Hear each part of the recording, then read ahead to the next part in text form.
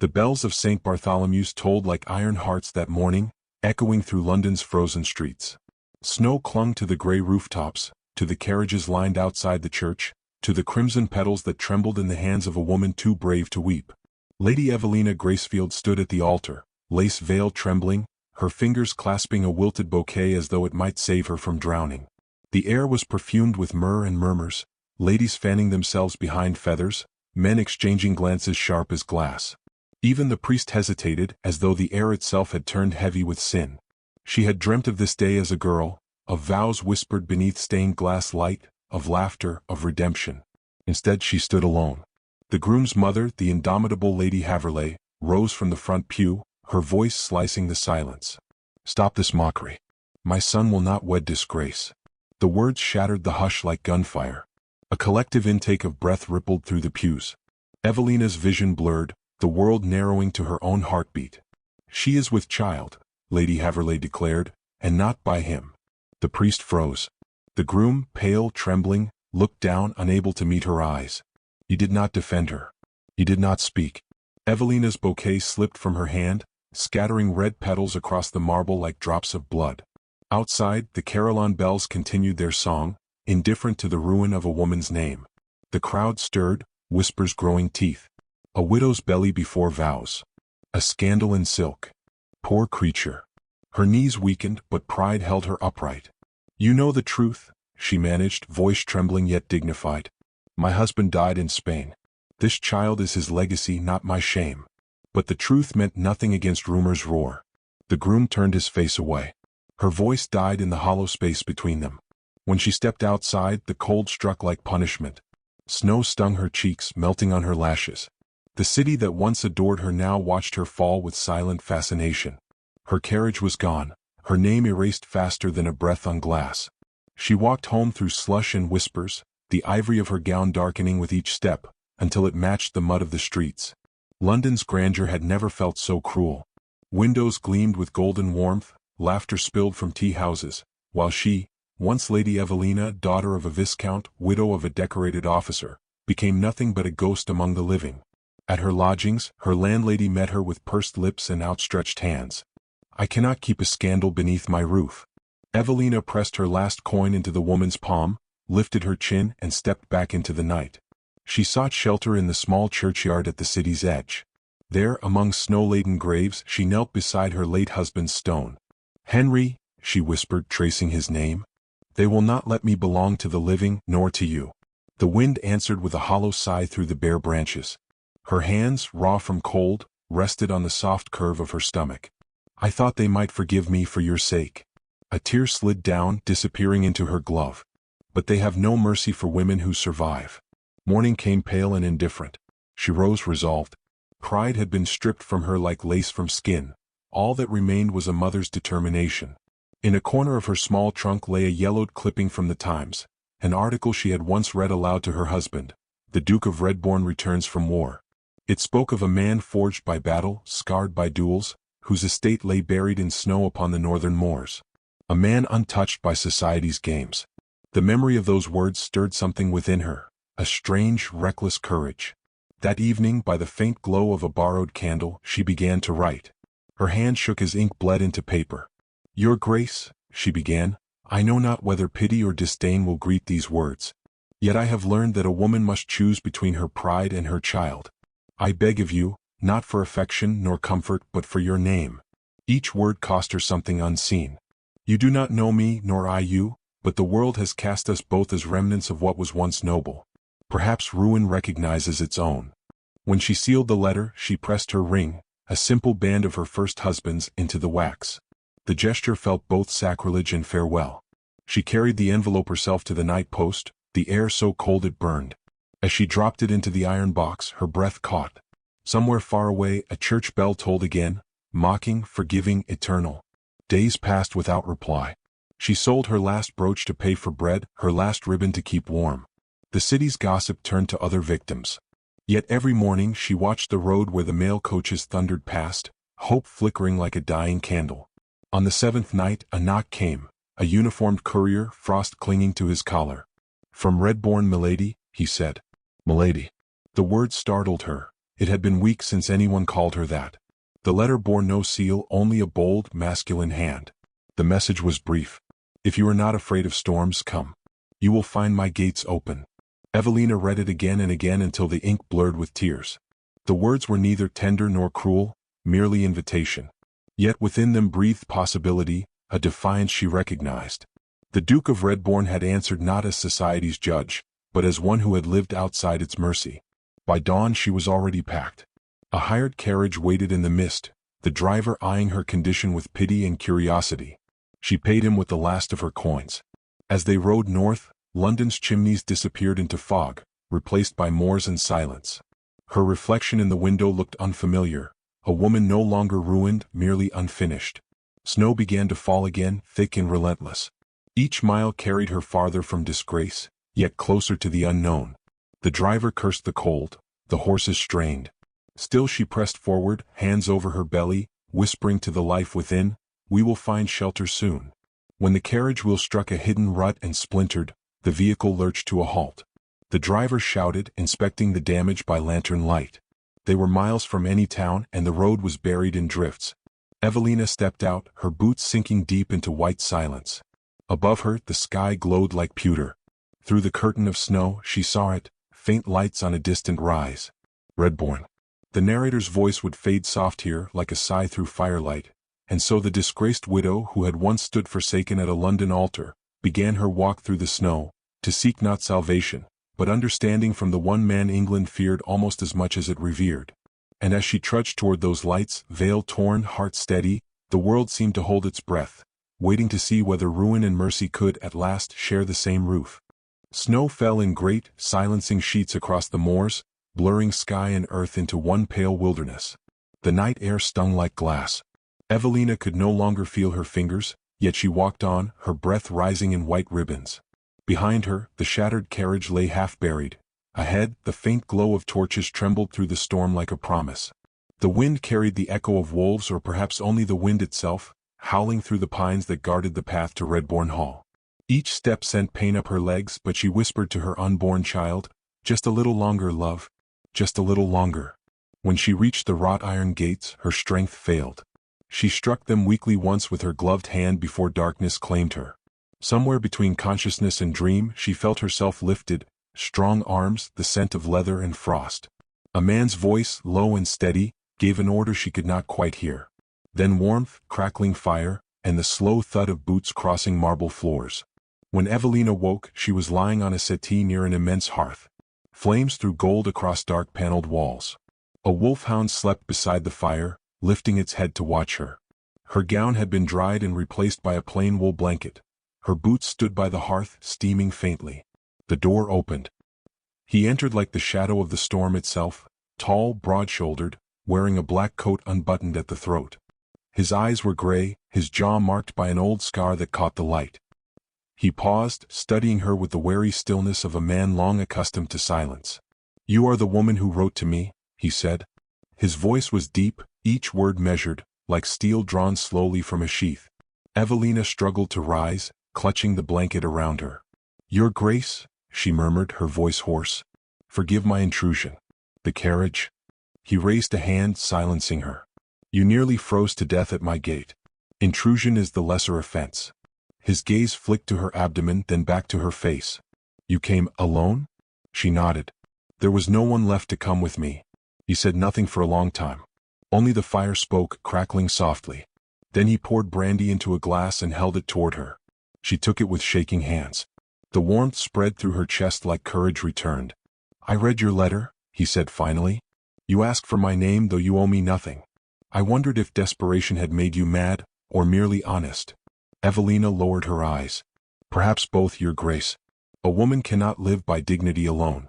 I thought, if a man such as you might grant me his name, I could give my child peace." "Peace?" he echoed, almost amused. "Do you imagine a title silences cruelty? The world despises me, Lady Evelina. I have killed in duels, defied Parliament, refused every match they proposed. Marrying me would not cleanse you, it would stain me further." Her voice steadied. "Then we would be equal in ruin." Something flickered in his expression, surprise, perhaps, or something older, unspoken. He turned toward the fire, his profile etched in gold light. "You speak like someone who has already lost everything," he said quietly. "I have," she whispered. "And yet I am still here." The clock in the hall struck midnight. The wind howled against the windows, rattling the glass. The Duke, Alaric of Redborn, crossed to the window, looking out into the dark expanse of snow. "I do not host strangers," he said. "I do not comfort the wounded. I built these walls to keep the world from demanding either." Evelina rose, though her knees trembled. "Then I will go when the storm passes. But tonight, let me rest under a roof that does not condemn me." He turned sharply, eyes narrowing, not in anger but in something dangerously close to admiration. "You mistake me, madam. The world may condemn you. I do not." Her lips parted, though no words came. For a moment the great hall fell utterly still. The fire hissed, the dog sighed and returned to sleep. It was the first mercy she had been offered in months, and it came from the one man London called heartless. Servants appeared with food at a glance from their master. Evelina ate slowly under his watchful silence. He spoke only once more. "You will stay until morning. Then we shall discuss what is to become of you." That night, lying in a chamber vast enough to echo her heartbeat, Evelina stared at the canopy above and thought of the man downstairs, of his stillness, his scar, the way his eyes had softened only once when she spoke of peace. She had expected mockery or dismissal, not shelter. There was a discipline in his restraint, a sadness too deliberate to be simple pride. She understood then that he had once loved deeply, and the loss had burned everything else to ash. At dawn, pale light crept through frost-laced glass. Evelina descended the staircase, her breath catching at the sight of him standing before the fire, coat discarded, shirt sleeves rolled to the elbow. His forearms bore faint scars, the marks of duels fought long ago. He looked less like a duke and more like a soldier who had forgotten to stop fighting. "You did not sleep," she said softly. "I do not often," he replied. "War leaves habits that peace cannot cure." He handed her a folded letter sealed with his crest. "This is a marriage license. I had it prepared at dawn. The magistrate will come tomorrow." Evelina's heart stuttered. "You mean?" "I mean that if you still wish to bear my name you shall have it. London will howl, but I have no use for London." "Why?"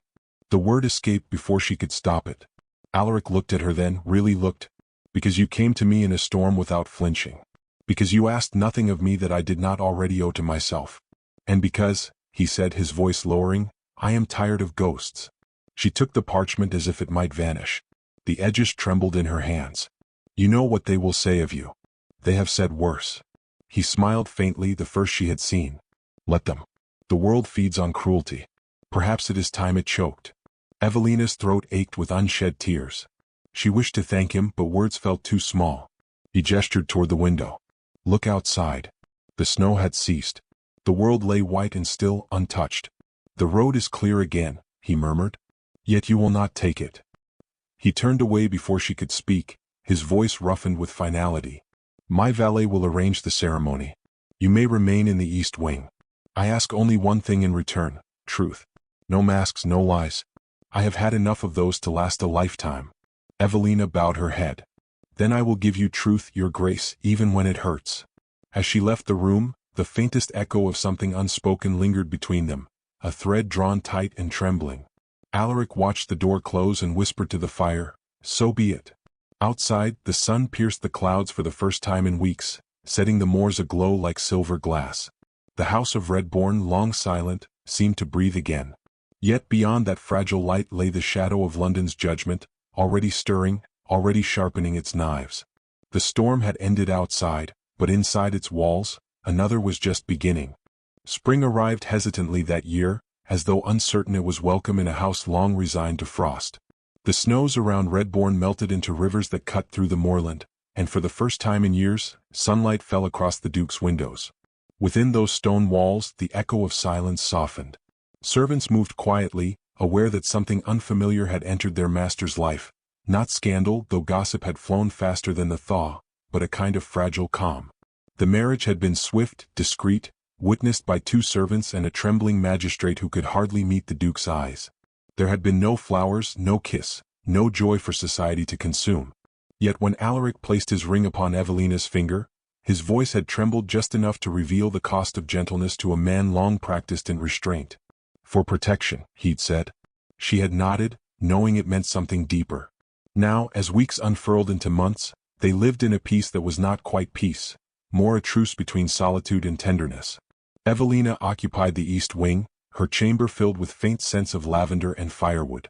She walked the halls in soft blue gowns, always slightly breathless from her growing burden, her presence light but persistent, like sunlight touching a shuttered room that had forgotten it deserved warmth.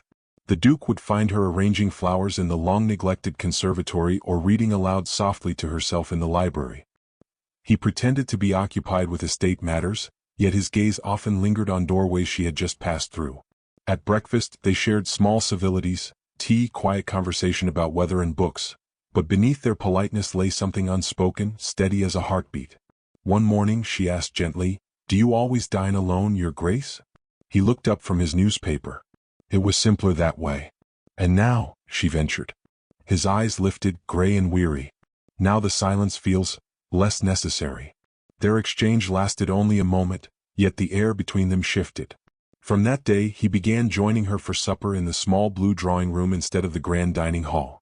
Candles burned low, their light soft on the silverware. Evelina often spoke little, but her presence itself seemed to undo the rigid symmetry of the Duke's world. She laughed once, softly, involuntarily, when the hound placed its head upon her lap. The sound startled him so deeply that he looked away, pretending to study the fire. The household adjusted to their unlikely rhythm.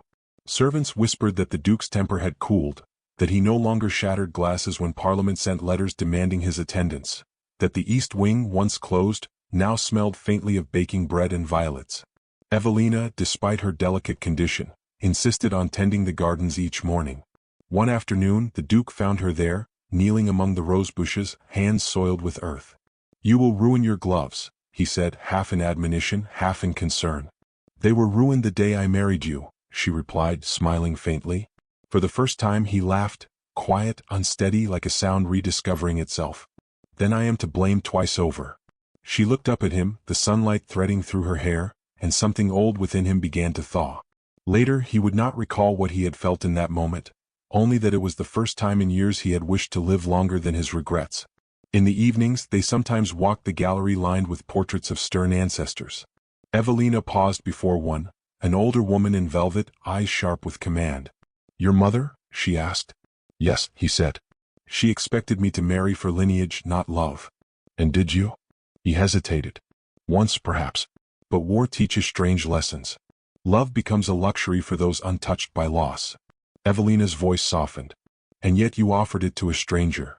He turned toward her. "I offered you my name. Do not mistake mercy for love." She met his gaze, unflinching. "Mercy is sometimes the only form love can take." He said nothing, but the line of his jaw eased. That night, he dreamed of his late fiancée for the first time in years, her laughter, her blood on his hands after the duel. He woke before dawn, breathing hard, and found himself standing outside Evelina's door without remembering how he had come there. Through the wood, he heard her murmuring, a lullaby perhaps sung to her unborn child. He leaned his forehead against the cold panel and whispered, "Forgive me." For what, he could not say. The days grew warmer. The Duke began riding again, sometimes taking Evelina with him in the carriage to the edge of the moor. She marveled at the vastness, at how wind bent the heather like ocean waves. "It feels like the world ends out there," she said once. "It only begins again," he answered, surprising himself. Her laughter returned, tentative but real. When rain fell, she painted by the window, soft watercolors of the manor, the river, the stormlit sky. He found one tucked into a book on his desk, the two of them as silhouettes beneath the same roof, light spilling through the window between them. He kept it, though he never mentioned it. Yet peace was never meant to last. Rumors slithered back from London, society's cruel fascination reborn. Anonymous letters arrived, dripping venom, a duke wed to his charity case. An heir born of sin. Evelina found one, crumpled in the corridor, and hid it in her sleeve. That night she said nothing of it, though her hands trembled over the teacup. The Duke noticed. "You're pale," he said. "It is only the child," she replied with a faint smile. "She demands all my courage before she is even born." He nodded but saw through the lie. Later he burned the letters himself, one by one, watching the ink curl into nothing. When he returned to her, she was asleep by the fire, the hound curled at her feet. He stood there for a long time, wondering when protection had turned into devotion. Weeks later, as summer began to bloom, he came upon her in the chapel, kneeling before the altar. Her hands were folded, her lips moving silently. When she rose, she startled to see him watching. "I was thanking God," she said. "For what?" "For storms," she answered simply. "They reveal the strength of what survives." He said nothing, only stepped forward and brushed his thumb along the faint smear of ash on her wrist. "You should not pray alone," he murmured. "Not in this house." For the first time she took his hand of her own accord. That night, thunder rolled across the moors, sudden and fierce. The Duke sat awake, restless, until a cry pierced the corridor, a cry not of pain, but of life forcing its way forward too soon. He ran to her chamber, servants already gathered, and froze at the sight, Evelina pale as linen, blood dark against her gown. "She is early," the physician said. "Too early." The Duke knelt beside her, his hand steady though his voice was not. "Hold on," he whispered. "You promised to see the summer." Her fingers sought his. "If I do not," she breathed, "you will raise her kindly?" "Do not speak of endings," he said, fierce, breaking at last. "Not tonight." Lightning flashed through the window, casting them both in silver. The storm outside raged louder, echoing the one within.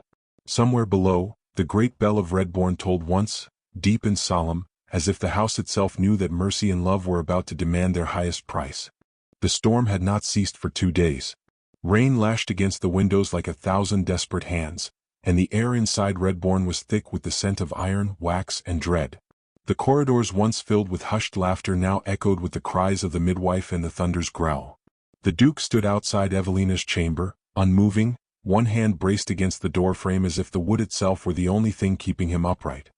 He could hear her voice, sometimes calling his name, sometimes lost to silence, and each time it faltered, a deeper crack spread through his composure. The physician emerged, face drawn and pale. "Your Grace," he began, voice measured, "the child's position." "Then fix it," Alaric said sharply, though his voice was hoarse from sleeplessness. "We are trying, my lord." "But the strain, she has little strength left."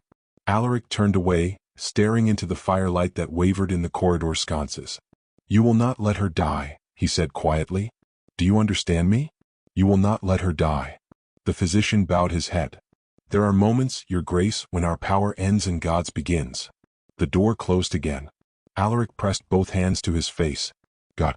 The name tasted of mockery to a man who had lost faith on battlefields and in duels of honor. Yet tonight, he would have bartered his very soul to any power that might spare her. Hours dragged like lifetimes. Servants brought coffee he did not drink, cloaks he did not wear. The hound paced the corridor, whining softly. Once a cry came, shrill, infantile, alive, and the Duke's heart seized. But no one called for him. Only after another stretch of silence did the midwife appear, eyes red from weeping. "A girl," she whispered. "She breathes, but the mother—" He did not wait. He pushed past her, through the heavy door into a room of chaos and candlelight. Evelina lay pale as marble, her hair damp, her lips colorless. The small bundle beside her chest stirred faintly, mewling like a kitten. Alaric dropped to his knees beside the bed, taking her cold hand in both of his. "Evelina," he murmured, the name breaking on his tongue. "You're here. Look at me." Her eyes opened slowly, unfocused, yet the faintest smile curved her mouth. "You stayed." "As if I could leave," he said, his thumb tracing the ridge of her knuckles. "You fought harder than any soldier I've ever known." "She is small," she whispered. "Too small. Promise me you'll—" "Don't," he cut in. "You're not leaving her. You'll see her grow. You'll scold her, laugh at her, call her stubborn like her father." A weak laugh trembled from her lips. "You are not her father, Alaric." His jaw tightened. "By law, by choice, by whatever gods are still listening, I am." Her gaze drifted toward the cradle where the infant now slept, breath shallow but steady. "Then love her enough for both of us," she said, and her hand went limp in his. "Evelina." The word came out as a broken prayer. He felt her pulse weaken beneath his fingers. The room spun, voices blurring around him, but he clung to her hand, unwilling to accept what his heart already knew. The physician stepped forward, murmured something gentle, and Alaric rose suddenly, violently, knocking over a chair. "Get out," he said. "All of you." They hesitated only a moment before obeying. The door closed, leaving him alone with the dead and the living, the woman who had brought warmth into his ruin, and the child she'd left behind. He sank into the chair beside the bed, staring at the candlelight trembling over her face. She looked peaceful, as though she might wake with the dawn and scold him for despairing. "You foolish woman," he whispered, brushing her hair from her brow. "You came here to ask for my name, and now I am the one begging for yours to stay." He sat there until the candles burned to stubs, until morning bled across the moors and turned the storm into fog. When he finally stood, he crossed to the cradle. The baby's eyes fluttered open, gray, like her mother's tears, like his own winter. "You will live," he told her, voice steady now. "You will not bear her shame or mine." From that morning onward, the house changed again. Black drapes replaced spring flowers. London's gossip found new venom, the widow dead, the Duke fathering her bastard child. Invitations to Parliament went unanswered. Alaric refused all visitors. He dismissed the orchestra, the seamstresses, the cook who had whispered about curses. Yet the halls did not remain empty. Each evening, he walked the corridors with the infant in his arms, pacing as if movement could quiet the ache. He named her Ruth, though he never told anyone why. He fed her himself when the nurse faltered, wrapped her in Evelina's shawl, and read aloud from books she would not understand for years. The servants watched, silent, hearts softening. The man they had once feared for his temper now spoke in murmurs and lullabies. One afternoon, a letter arrived bearing the royal seal. Queen Charlotte had heard whispers of the Duke's fallen bride and his defiance of propriety. Society expected outrage. Instead, the Queen sent her own physician, an act of grace that stunned the ton into silence. "She admired courage," the letter read, "and few possess it in such measure as you." When the physician came, he found the child stronger, the father hollow but enduring. "You should rest, your grace," the man advised. "Grief becomes a chain if you do not release it." Alaric looked toward the cradle. "Grief is all that reminds me she was real." The physician nodded. "Then let it remind you she was loved, not lost." That night, Alaric returned to Evelina's chamber for the first time since her burial. The room still smelled faintly of lavender. Her brush lay on the dressing table, a single strand of golden hair caught in its teeth. He sat in the chair beside her empty bed and spoke softly to the shadows. "I thought I built walls high enough to keep the world from wounding me again," he said. "You tore them down with one letter." He paused, glancing toward the window where the moon cast silver light across the cradle that now stood there. "You asked for mercy, but it was I who needed saving." His eyes burned, but no tears came. Instead, he rose and opened the window. The night air swept in cold, alive. "If there is any justice in heaven," he whispered, "you'll see her tomorrow when the sun rises. And you'll know that she has your courage." The wind answered in a low sigh that brushed the candles out, plunging the room into dark. Alaric stood there for a long while, the infant stirring behind him, the house creaking with quiet life. When he finally turned, his face bore the calm of a man who had decided something irrevocable. At dawn, he descended the staircase, his child in his arms. The servants looked up from their work as he spoke, voice steady but stripped of warmth. "Redborn will open its gates again. Let the world see her. Let them whisper, but let them also learn what grace looks like when worn by those they tried to destroy." And with that, he stepped outside into the pale morning, the fog parting before him. For the first time in years, the Duke of Redborn did not walk toward isolation, but into reckoning, with grief, with the world, with love that refused to die. Yet as the church bell tolled far across the valley, a sound carried on the wind, a voice, faint, impossible, softly calling his name. A year passed, and the halls of Redborn no longer whispered of grief but of laughter, soft, hesitant, like spring daring to return to winter's ruins. The Duke had changed, though he would never have admitted it. His shoulders carried the same strength, his jaw the same austere line, but his eyes, once gray with distance, now reflected warmth whenever the child reached for him. Ruth toddled through the corridors like sunlight itself, clutching at his boots, her giggles echoing through the marble and dust as if claiming it all as her own. The servants, once careful to bow in silence, now smiled openly at her and, by extension, at him. The great house, that fortress of isolation, had become, at last, a home. Each morning, Alaric carried her into the garden Evelina had once tended.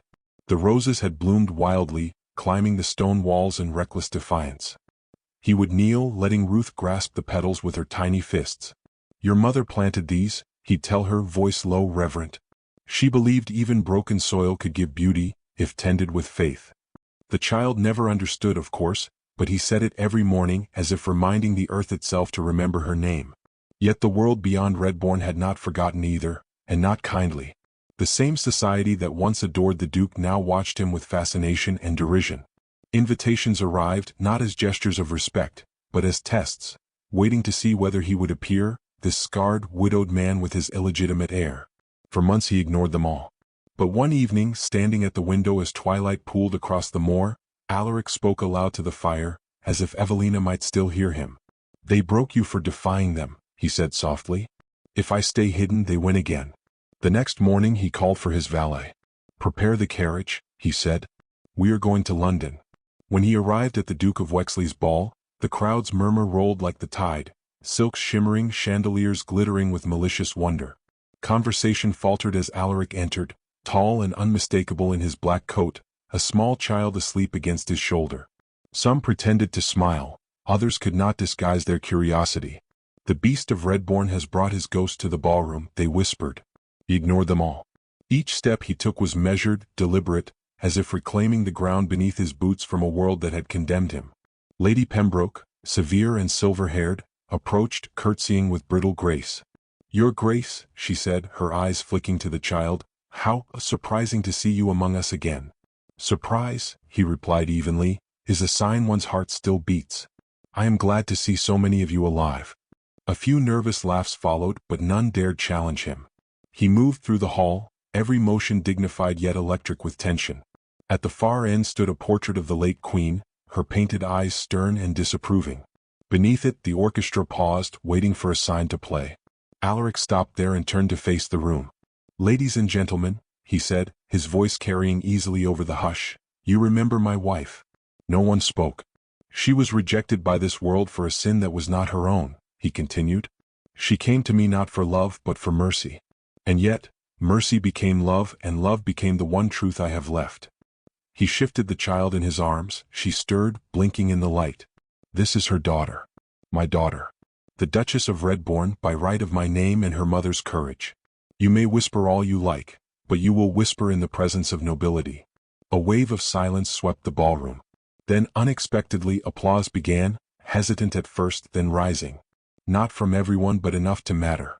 Some clapped out of fear, others from something closer to respect. Lady Pembroke's eyes glistened as she inclined her head. Alaric bowed slightly in return, then turned away before pride could collapse into grief. He stepped onto the terrace for air, the night cool against his flushed skin. Ruth wriggled in his arms, reaching toward the starlight. The moon hung low over London, soft and vast, as if watching the man who had finally dared to forgive the world. A soft voice spoke behind him. "You've tamed them, Alaric." He turned sharply, no one stood there. Only the rustle of silk curtains, the faint scent of lavender carried on the wind. For an instant he felt the air shift, warm, familiar. "Evelina?" he whispered, and the breeze seemed to still, listening. "If you're here, know that your name has been spoken with honor again." Inside, the orchestra began a waltz, slow and tender. Alaric looked down at his daughter. "Shall we dance, little one?" he murmured. He held her small hands between his own and swayed, awkward but genuine, as though the ballroom belonged not to London, but to memory itself. The next morning, the papers called it the night the Duke danced with his daughter. Some mocked, others praised, but one editorial struck true. There are some scandals that do not destroy, they teach the world how to love better. When he returned to Redborn, the servants met him with quiet pride. The household felt lighter, the air newly alive. He placed Ruth's portrait beside Evelina's on the mantel. The likeness had been painted weeks before, the child sitting on his knee while he pretended not to smile. He stared at both faces for a long time before whispering, "Now you are both seen." That evening rain began to fall, gentle, cleansing, as if the sky itself wished to soften. Alaric stood by the window, watching the garden shimmer with droplets. He imagined Evelina there, kneeling in her blue dress, coaxing life from thorns. Perhaps she was. Ruth toddled toward him, tugging at his hand. "Mama," she said, pointing toward the garden. He knelt, his heart twisting. "She's watching, my love. Always watching." The wind outside stirred the curtains, and the candle flames bent as though in greeting. Somewhere in that quiet movement, he felt her presence, not as sorrow but as peace. Later, he carried Ruth to her bed and lingered there long after she slept. The house creaked, the storm whispered along the eaves, and the Duke of Redborn, who had once been the loneliest man in England, finally knelt, not in defeat but in gratitude. "Thank you," he said to the empty air. for teaching me that love survives even where honor dies." He rose, walked to the window and drew back the curtain. The clouds broke, spilling moonlight across the garden. The roses, heavy with rain, glistened like the pearls Evelina once wore. The moor stretched beyond, endless and forgiving. Far in the distance, the church bell rang midnight, the same sound that once told her disgrace, now echoing her redemption. The Duke closed his eyes, and for the first time the weight lifted. He could almost hear her voice, faint as a breath. "You see, Alaric, storms pass." He smiled, eyes wet with the gentlest of tears, and whispered, "Yes, but they leave flowers behind." As the screen of night deepened, the camera of memory would pull away, from the house, the roses, the sleeping child, and the solitary man at the window, until only their light remained, glowing softly in the darkness. Now click on the story on your screen, one even more scandalous than this, where a duchess defied a king himself, and the world learned what love truly costs.